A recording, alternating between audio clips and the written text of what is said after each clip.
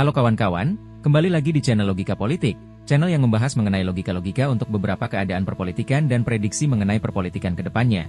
Tetap bersama saya di sini dan jangan lupa like, subscribe dan share videonya jika kalian suka.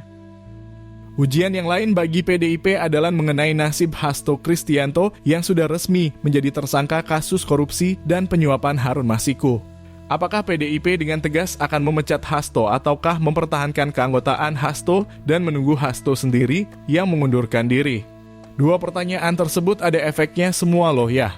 Jika pertanyaan pertama jawabannya pasti akan segera dikeluarkan pemecatan, maka nasib PDIP mungkin akan lebih baik dan masyarakat akan sedikit meningkat kepercayaannya kembali kepada PDIP karena kader yang bermasalah. Jika sebuah partai dengan tegas langsung memecatnya, maka masyarakat akan suka dengan yang begitu. Dan ini adalah sebuah ujian ketegasan bagi PDIP. Jangan sampai masyarakat malah nantinya membanding-bandingkan antara Hasto dengan Pak Jokowi yang gak ada kasus tapi dipecat. Sedangkan Hasto yang sudah jelas-jelas menjadi tersangka dan tinggal menunggu surat penahanan saja.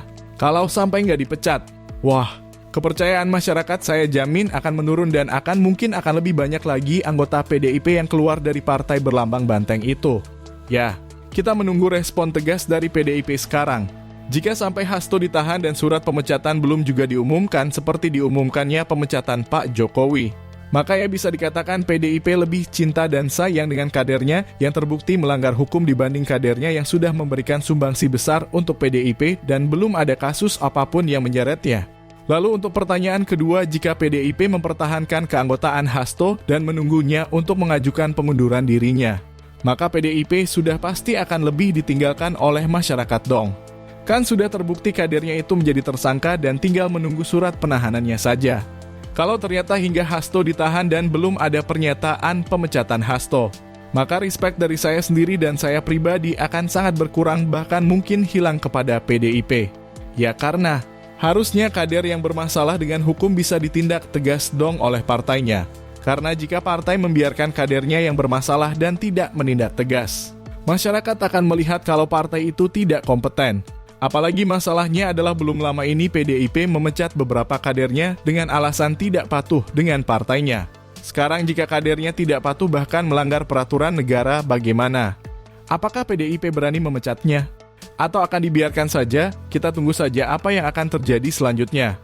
PR PDIP semakin banyak setelah Hasto ditetapkan menjadi tersangka tentunya. PR yang harus cepat diselesaikan adalah penyelesaian keanggotaan Hasto di PDIP. Dan ini harus dilakukan dalam waktu secepat-cepatnya. Karena sebentar lagi akan mengadakan kongres juga kan. Nah, jika tidak dilakukan secepatnya, bisa jadi kongres yang akan diadakan nanti malah menjadi ajang pengembalian kartu keanggotaan PDIP dan banyak kader yang menyatakan keluar. Karena membiarkan seorang koruptor tetap menjadi anggota PDIP. Ini akan menjadi image buruk untuk PDIP di mata masyarakat. Jika Hasto dipecat, maka harus secepatnya juga mencarikan penggantinya juga. Karena PR besar sudah di depan mata yaitu kongres PDIP nanti. Dilema dan mendadak mendapatkan masalah yang bertubi-tubi. Kenapa bisa begitu? Mungkin karena terlalu overpower kemarin-kemarin menyerang seseorang dan membuat beberapa masalah yang pada akhirnya malah masalahnya berbalik kepada PDIP sendiri, pusing kepala berbiaya jadinya. Sepertinya memang PDIP harus mulai berbenah diri dan memperbaiki kinerja mereka agar lebih tertata. Orang-orang sekarang mungkin gak pengen melihat hal-hal yang berbau serang-menyerang ya. Apalagi serangan yang dilakukan masih banyak mengandung unsur yang perlu difikirkan matang-matang. Lalu bagaimana dengan Pak Jokowi yang sudah dipecat dari PDIP? Ya Pak Jokowi hidupnya tenang dan nyaman bersama cucu-cucunya. Malah kelihatannya orang-orang yang masih berada di dalam partai berlambang banteng itu yang kepusingan saat ini. Dan apa kabarnya Pak Bambang Pacul? Kok gak pernah kelihatan lagi? Kemanakah beliau ini ya? Respon dari Pak Bambang Pacul bagaimana ya mengenai penetapan Hasto menjadi tersangka ini? Saya jadi penasaran pengen dengar responnya. Mungkin karena lambangnya adalah banteng, maka orang-orangnya juga terlihat garang dan pemberani, berani menyerukan sesuatu, dan saya yakin berani bertanggung jawab juga dengan apa yang sudah diperbuat olehnya. Ya kita tunggu saja respon dari PDIP, apakah akan memecat Hasto atau tidak? Komen ya man bro. Walaupun kasus ini adalah memang murni kasus suap dan tidak ada politisasi di dalamnya, tapi sangat berefek kepada PDIP. Ya mungkin sudah waktunya PDIP untuk berbenah diri. Sudah 10 tahun juga kan berkuasa sebelumnya. Sekarang gantian yang lain yang berkuasa, kan PDIP sendiri juga yang lebih memilih menjadi oposisi. Sekarang waktunya PDIP membuktikan apakah bisa menjadi oposisi yang baik atau malah akan semakin hancur. Kasus yang menyeret nama Hasto ini sudah saya katakan di video sebelumnya, mungkin akan membuka kasus-kasus lain yang terjadi dan mungkin juga akan menyeret lebih banyak orang lagi nantinya. Ini juga akan menjadi PR baru untuk PDIP. Jika memang ternyata kasus ini berbuntut pada kasus-kasus lain, maka PDIP harus bersiap siaga dan mungkin harus siaga satu beneran untuk menyambut kasus-kasus baru lainnya nanti. Bisa jadi Hasto adalah jalan awal untuk membuka kasus-kasus lain nantinya. Bukan karena tendensi politik karena PDIP menjadi oposisi atau tidak.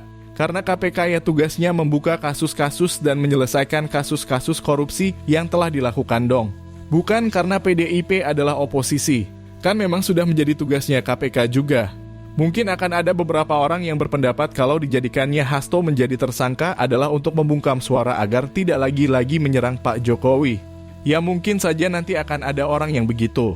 Tapi malah kalau ini terjadi, saya malah gak respect belas kepada PDIP karena semakin terlihat kalau PDIP bukan menjadi oposisi pemerintah tapi menjadi oposisi Pak Jokowi. Haha. Kemungkinan lain yang terjadi setelah ini adalah KPK akan dituduh mempolitisasi sebuah kasus. Tapi apapun tuduhannya, ya harus ada buktinya dong. Kalau KPK menjadikan Hasto sebagai tersangka kan karena memang sudah memegang bukti. Kalau bahasanya Pak Presiden, jangan cuma omon-omon saja. Buktikan. Dan jika masalah ini dihubungkan lagi dengan Pak Jokowi, ya malah yang akan menyerang PDIP akan lebih banyak lagi nantinya. Pak Jokowi kan setelah tidak menjabat menjadi presiden lagi beritanya sudah jarang didengar lagi. Kalau dihubung-hubungkan lagi ya malah menjadi tanda tanya besar untuk PDIP.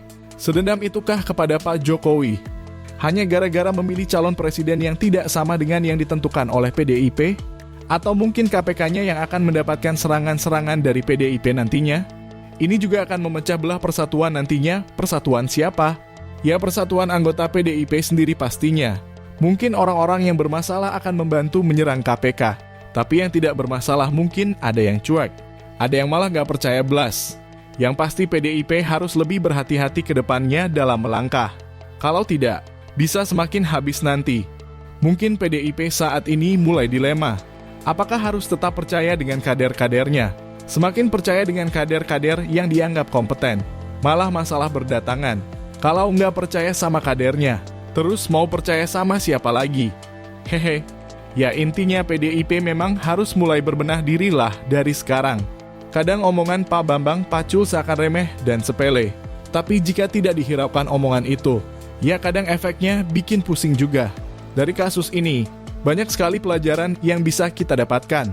Setidaknya pelajaran yang sangat sepele yaitu, kejahatan sekecil apapun akan terlihat dan membuat hidup nggak akan tenang. Maka respon dari orang-orang yang seakan-akan dia paling benar sendiri dan paling hebat sendiri. Kadang malah bisa menjeratnya karena dari psikologis akan terlihat dong. Ya, apapun itu, PDIP harus tegas, harus berbenah, harus memperbaiki kinerjanya dan harus tidak lagi beranggapan bahwa mereka adalah partai penguasa. Juga harus mulai sadar diri jika memang ternyata kader-kadernya banyak yang bermasalah, baik bermasalah dalam hal berkomunikasi atau dalam hal yang lainnya. Saya juga kangen dengan Bang Ardian Apitupulu. Dia adalah orang yang saya anggap kecerdasan dalam berinteraksi luar biasa walaupun terkadang pendapatnya terkesan memaksakan diri. Apa respon dari Ardian ya?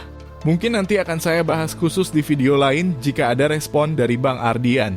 Segitu dulu video saya kali ini, mudah-mudahan bisa membuat kita semua semakin bisa berpikir, mana yang harus kita pilih dan mana yang harus kita tinggalkan.